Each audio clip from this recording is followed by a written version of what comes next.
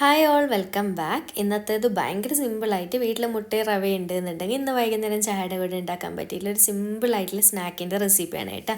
ഒന്നിക്കിൽ റവ കേക്ക് എന്ന് പറയാം. അപ്പോൾ നമുക്ക് പെട്ടെന്ന് തന്നെ വീഡിയോയിലേക്ക് പോയാലോ. വീഡിയോയിലേക്ക് പോകുന്നതിന് മുന്നേയിട്ട് നിങ്ങൾക്ക് ഈ ചാനൽ ഇഷ്ടപ്പെടുന്നുണ്ട് എന്നുണ്ടെങ്കിൽ പ്ലീസ് ഒന്ന് സബ്സ്ക്രൈബ് ചെയ്ത് സപ്പോർട്ട് ചെയ്യണേ. അപ്പോൾ ഇതാ നമ്മുടെ സ്നാക്ക് ഉണ്ടാക്കാൻ വേണ്ടിയിട്ട് ഞാനൊരു ബൗൾ എടുത്തിട്ടുണ്ട്. അതിലേക്ക് 1/4 കപ്പ് അളവിൽ റവ ചേർത്ത് കൊടുക്കുന്നുണ്ട്. റവ വറുത്തതാണേലും വറുക്കാതായാലും ഒന്നും കുഴപ്പമില്ല. അതുപോലെ തന്നെ എൻ്റെ 250 ml മെഷറിംഗ് കപ്പിലാണ് എടുത്തിട്ടുള്ളത്. പിന്നെ റവയൊന്ന് മിക്സിയുടെ ജാറിൽ എടുത്തിട്ട് ചെറുതായിട്ടൊന്ന് പൊടിച്ചിട്ട് വേണം കേട്ടോ ചേർക്കാൻ വേണ്ടിയിട്ട്. പിന്നെ ഇതിലേക്ക് 1 ടീസ്പൂൺ ബേക്കിംഗ് പൗഡറും 1/4 ടീസ്പൂൺ ബേക്കിംഗ് സോഡയും ചേർത്ത് കൊടുക്കുന്നുണ്ട്. പിന്നെ ഒരു 1/4 ടീസ്പൂണിൻ്റെ നേരെ പകുതിയായിട്ട് 2-3 പിഞ്ച് ഉപ്പിട്ട് കൊടുക്കുന്നുണ്ട് ഒന്ന് ടേസ്റ്റ് ബാലൻസ് ചെയ്യാൻ വേണ്ടിയിട്ട്.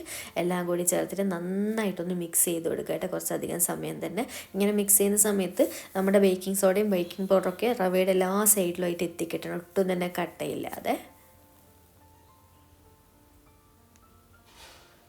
അപ്പോൾ ഇതാ ഈ ഒരു രീതിയിൽ നന്നായിട്ട് അങ്ങ് മിക്സ് ആക്കിയിട്ടുണ്ട്. ഇനി നമുക്കിതൊരു സൈഡിലേക്ക് മാറ്റി വെക്കാം. ഇനിയിപ്പോൾ അടുത്തത് മിക്സിയുടെ ജാറിലേക്ക് ഞാനിത് 2 മുട്ട പൊട്ടിച്ച് വെച്ച് കൊടുത്തിട്ടുണ്ട്. ഇതിലേക്ക് 1/2 കപ്പ് അളവിൽ പഞ്ചസാര ചേർത്തെടുക്കുന്നുണ്ട്.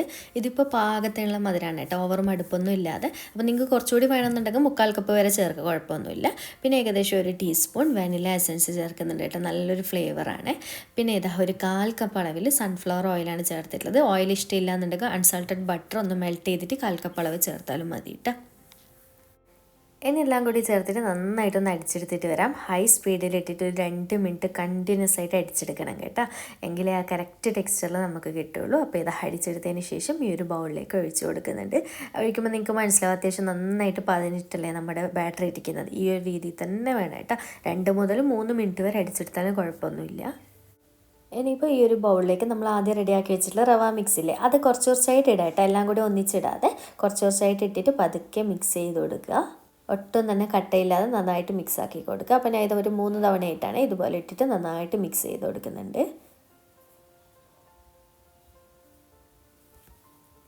അപ്പോൾ ഇതാ നമ്മുടെ ബാറ്റർ റെഡി ആയിട്ടുണ്ട്. കണ്ടില്ല, ഒട്ടും തന്നെ കട്ടയൊന്നുമില്ലാതെ നന്നായിട്ട് അങ്ങ് മിക്സ് ആക്കി എടുത്തിട്ടുണ്ട്. ഈ ഒരു രീതിയിലാണ് കേട്ടോ വേണ്ടത്.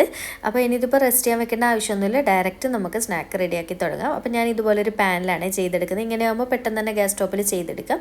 അല്ലെങ്കിൽ നമ്മൾ ബനാന കേക്കൊക്കെ പൊതുവേ അന്ന് ചെയ്തിട്ടില്ലേ, അതേ രീതിയിൽ കുക്കറിൽ ചെയ്യണമെന്നുണ്ടെങ്കിൽ അങ്ങനെയും ചെയ്യാൻ കുഴപ്പമൊന്നുമില്ല.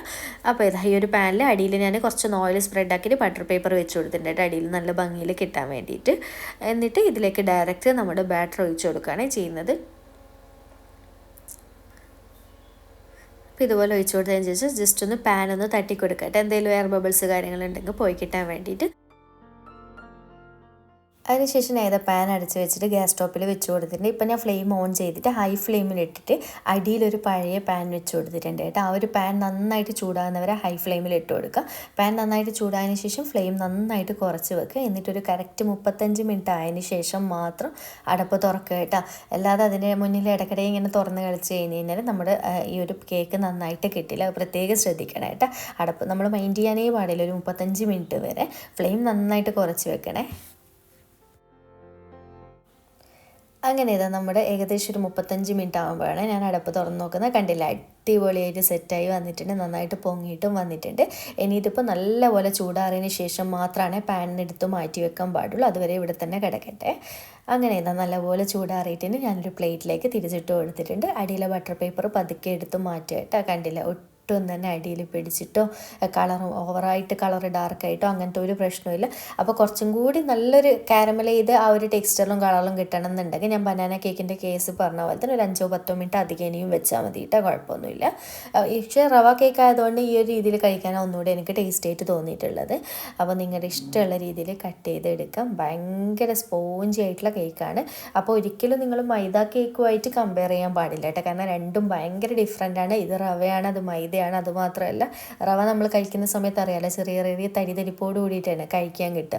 മൈദ പോലെ ഭയങ്കര വായിലിട്ടാൽ അലിയുന്ന സോഫ്റ്റ് ഒന്നും ഉണ്ടാവില്ലല്ലോ. അപ്പോൾ എന്തായാലും ഒന്ന് ട്രൈ ചെയ്ത് നോക്കുക കേട്ടോ. വൈകുന്നേരം ചായയുടെ കൂടെ എന്തെങ്കിലും ഉണ്ടാക്കണം എന്ന് തോന്നുമ്പോൾ പെട്ടെന്ന് ഉണ്ടാക്കിയെടുക്കാൻ പറ്റുന്നൊരു കിഡിലൻ സ്നാക്കാണ്. അപ്പോൾ വീഡിയോ ഇഷ്ടമായിട്ടുണ്ടെന്നുണ്ടെങ്കിൽ ലൈക്ക് ചെയ്യാനും ചാനൽ സബ്സ്ക്രൈബ് ചെയ്യാനും മാക്സിമം ഷെയർ ചെയ്ത് കൊടുക്കാനും മറക്കല്ലേ. നിങ്ങൾ ട്രൈ ചെയ്ത് നോക്കുന്നുണ്ട് എന്നുണ്ടെങ്കിൽ എന്തായാലും ഒന്ന് ഫീഡ്ബാക്ക് അറിയിക്കണേ. അപ്പോൾ വീണ്ടും ഒരു അടിപൊളി വീഡിയോ ആയിട്ട് കാണാം. താങ്ക്